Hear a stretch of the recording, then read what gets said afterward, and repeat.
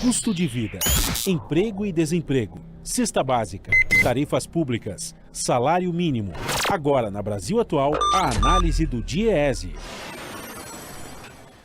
E nós vamos conversar agora com o economista do DIEESE, Gustavo Monteiro. Bom dia, Gustavo. Bom dia. Ontem, uma reportagem da revista Piauí trouxe alguns dados a respeito do crescimento da informalidade no Brasil e no final de 2021 o número de ocupados era 0,2% do que no final de 2019, mas os trabalhadores por conta própria haviam crescido 6,6%, segundo dados do DIEESE. E aí, quando a gente observa o rendimento médio de quem se tornou autônomo durante a crise sanitária, Gustavo, esse rendimento é 69% do recebido por quem já trabalhava nessa forma antes. Então, a gente teve aí não só um decréscimo na remuneração, mas também na própria proteção social, já que são cargos, trabalhos informais. Então, além de ter esse crescimento do trabalho por conta própria, nós também vemos ele mais precarizado ainda, Gustavo? Isso é exatamente isso que está acontecendo.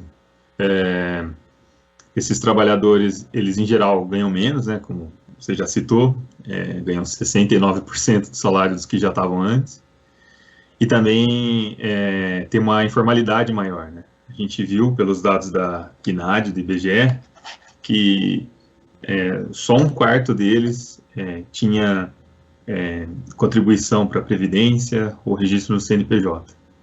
Então, o que a gente está vendo é uma criação de trabalho em ocupações, em profissões que geram menos rendimento e que por isso pagam menos, o que indica que esses trabalhadores eles estão indo para trabalhar por conta própria, não por uma questão de empreendedorismo, mas por uma questão de necessidade mesmo. São aqueles que estão fazendo bico, as pessoas que estão se virando para conseguir trabalho nesse tempo de crise.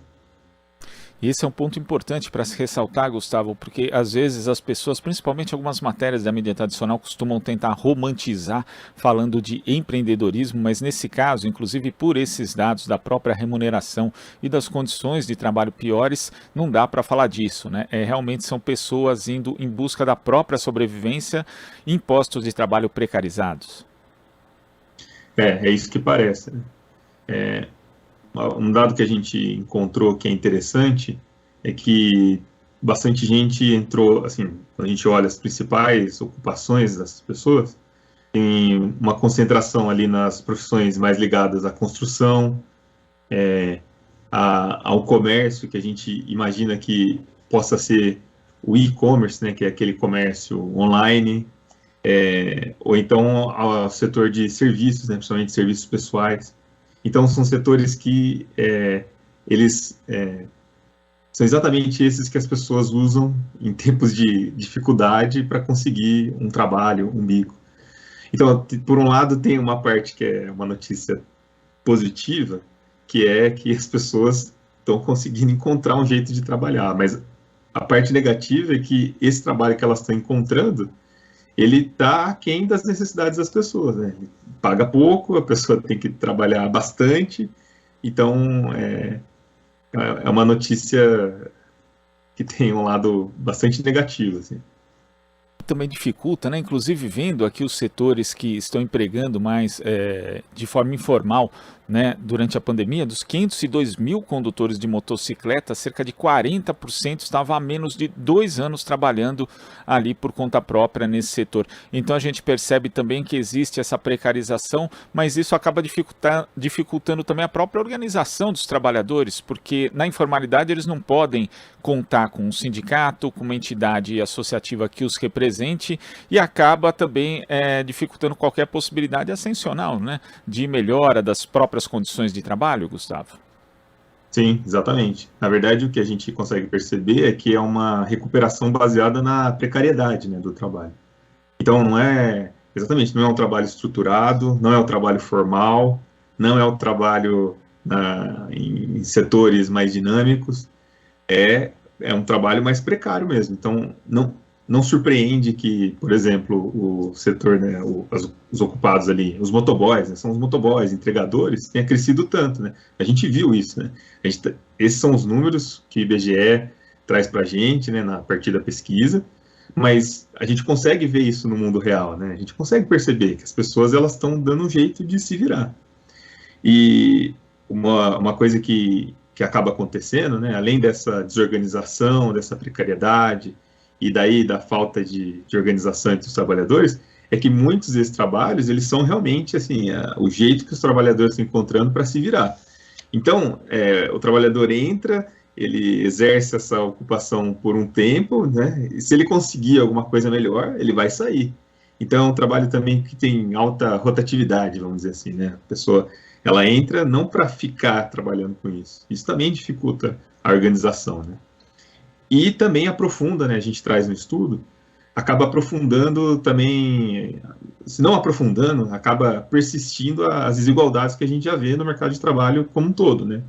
Então, mulheres, negros, nesse trabalho por conta própria, eles também ganham menos do que os outros, né? O mercado de trabalho em geral.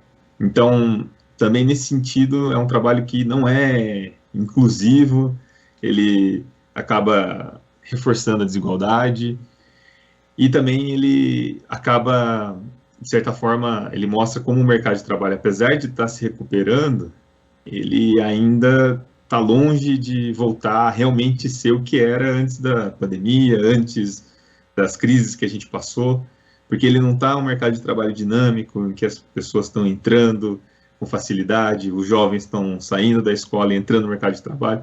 Então, as pessoas estão encontrando dificuldade para conseguir uma boa inserção no mercado de trabalho.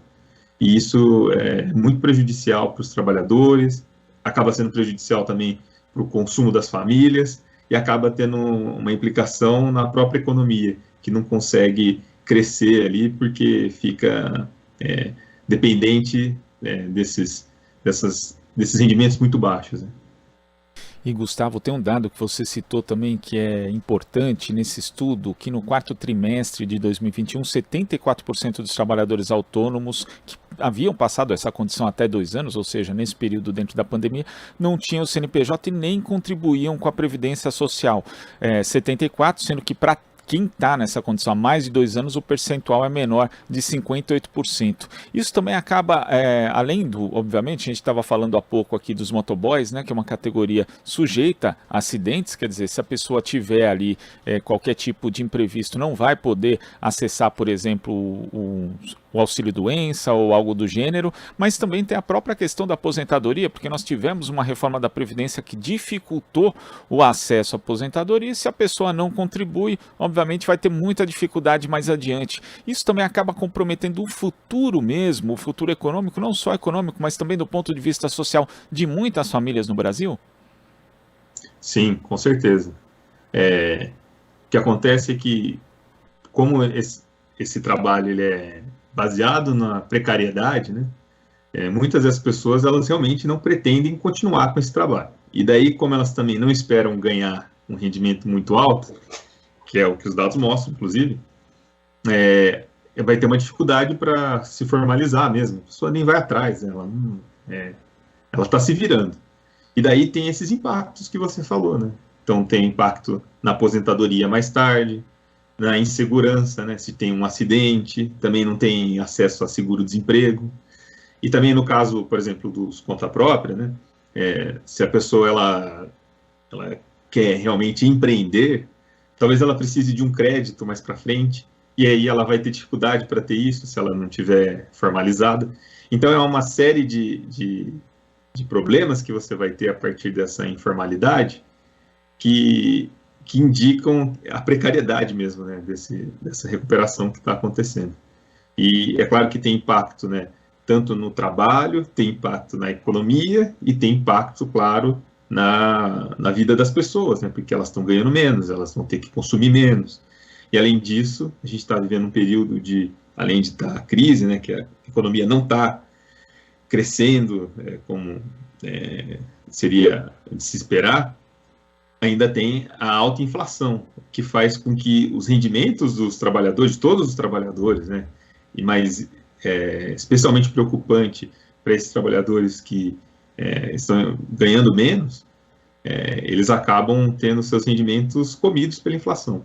Então, realmente, assim, tem essa série de problemas que tem um impacto na vida dos trabalhadores, das suas famílias e da economia como um todo. Gustavo, e para a gente concluir aqui um outro dado do estudo também, a pandemia piorou, como fica evidente aqui, a condição dos próprios informais, desses chamados trabalhadores por conta própria, mas a informalidade já vem crescendo desde antes da pandemia, né? Os dados mostram que os trabalhadores no setor privado sem carteira assinada em 2016 representavam 22% do total, em 2020 já chegavam a 25%, em 2022 alcançaram 26%. Aí a gente tem a combinação de dois fatores, quer dizer, um conjuntural representado pela pandemia e pela própria crise econômica social que o Brasil vive, mas também um estrutural causado por mudanças na legislação trabalhista e também outras atitudes como a própria extinção do Ministério do Trabalho, depois ele acabou retornando, mas dificuldades na própria fiscalização, são dois fatores que colaboram para que esse mercado seja mais precarizado? Sem dúvida, né? A gente está vivendo um momento de crise aguda, intensificada pela pandemia, mas realmente a gente não estava vindo de um bom momento, né? A gente já estava vendo esse aumento da informalidade, né?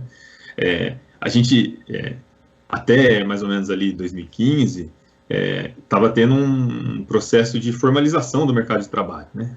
Aí a partir de 2015, 2016, 2017, esse processo vai mudando, e daí vai tendo aumento da informalidade e a gente foi passando por sucessivas crises, né? A reforma trabalhista se insere nesse contexto e ela prometia a criação de vagas, ela prometia que a flexibilização ia permitir ia fazer com que os empregadores empregassem mais gente, mas o que dá para a gente falar é que o resultado da reforma trabalhista foi, no mínimo, insuficiente, né? Se é que teve algum resultado, né? Quando a gente olha o que está acontecendo, aparentemente a gente está numa situação muito pior, né?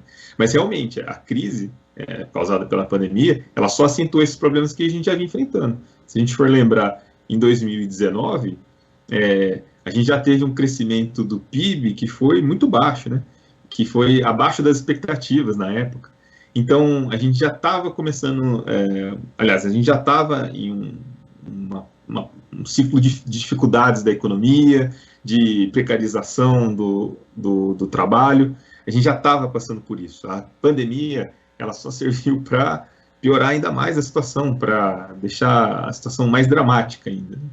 E daí, agora a gente tem uma recuperação dessa grande queda causada pela pandemia, e a gente está começando a atingir os níveis de emprego, de trabalho, né, e de emprego que a gente tinha no período antes da pandemia.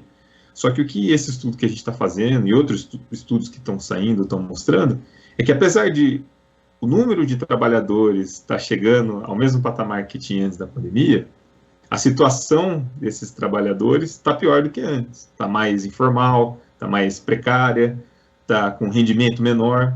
Então, é isso que está acontecendo, né? A gente está tendo uma recuperação do patamar que a gente tinha de antes da pandemia, mas numa situação pior do que a gente tinha antes.